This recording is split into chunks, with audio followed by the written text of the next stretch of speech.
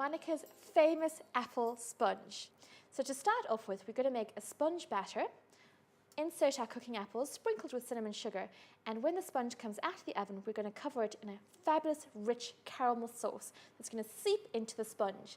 So you can serve this either hot or cold, with cream, custard, ice cream, or a little bit of everything. So you can do this with a hand mixer, but I have a lovely, great, big food mixer here. And like with most sponges or cake recipes, you start off by creaming the sugar and the butter. So all this means is we're going to beat it really well until it goes light and fluffy and paler in colour. And you can actually see it happening before your eyes. So there's no mystery there. So this is going to take a few minutes, so just be patient and keep an eye on it.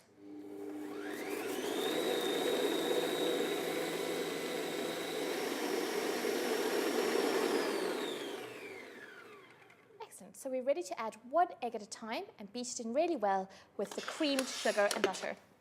So again, scrape down the sides of your mixer. It's a very large capacity, so you need to do this. And then 1 egg at a time. Be disciplined about this, don't throw both in at once. You'll get a much lighter sponge by doing it this way. Beat, beat, beat.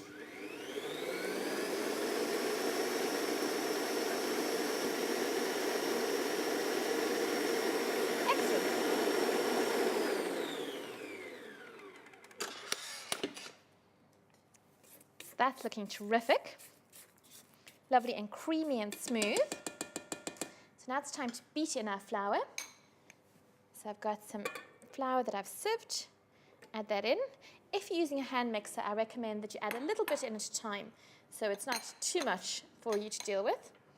A little bit of raising agent. Now this is going to poof up because I'm mixing flour in. So to prevent that from happening, time to get the tea towel out and just cover it.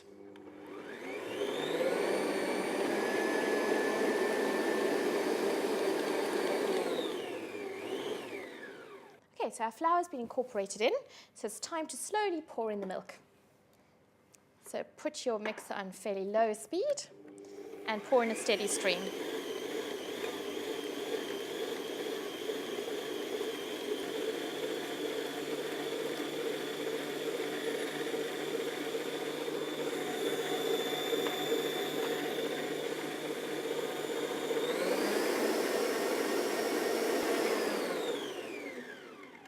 So our sponge batter is mixed up and looks absolutely perfect.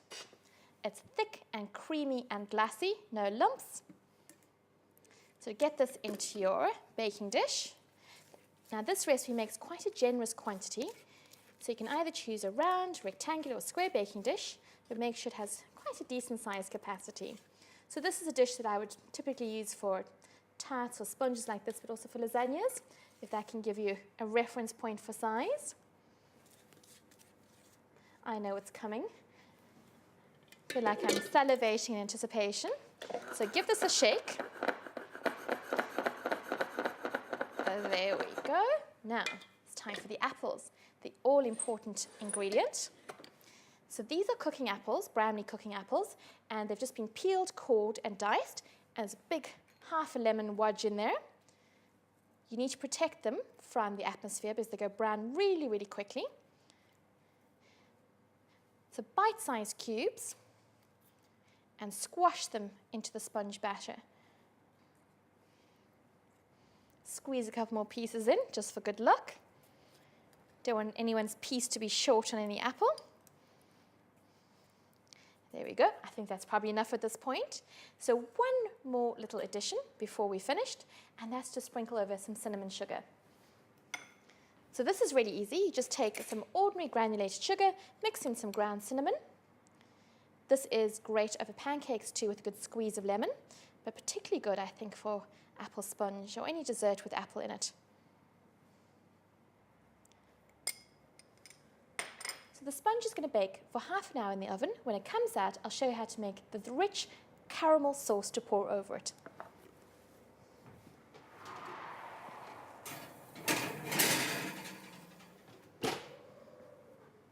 Monica's apple sponge is almost ready to come out of the oven, so it's time to make our rich caramel sauce to pour over it. So we've got some sugar, cream, which told you it was rich. Vanilla extract. You can see it's lovely and dark. This is the proper vanilla extract, it's not essence. Because essence is synthesized. So this will be made from the vanilla pod. Butter. And what we're going to do is bring the whole lot up to the boil, cook it for a couple of minutes, and then when our sponge comes out, pour it over the sponge, stab a few holes in it with a fork, and you'll have this lovely, moist caramel sponge that's somewhere between a sponge cake and a dessert. Our rich caramel sauce is bubbling away, so it's time to bring out the sponge bit of Monica's apple sponge.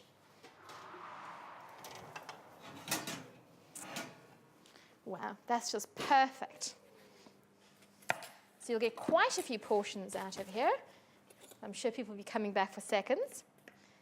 So stab a few holes in it with your fork and then pour over your piping hot caramel sauce.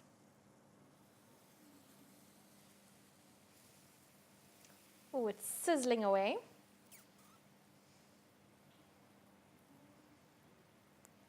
Just do it quite slowly.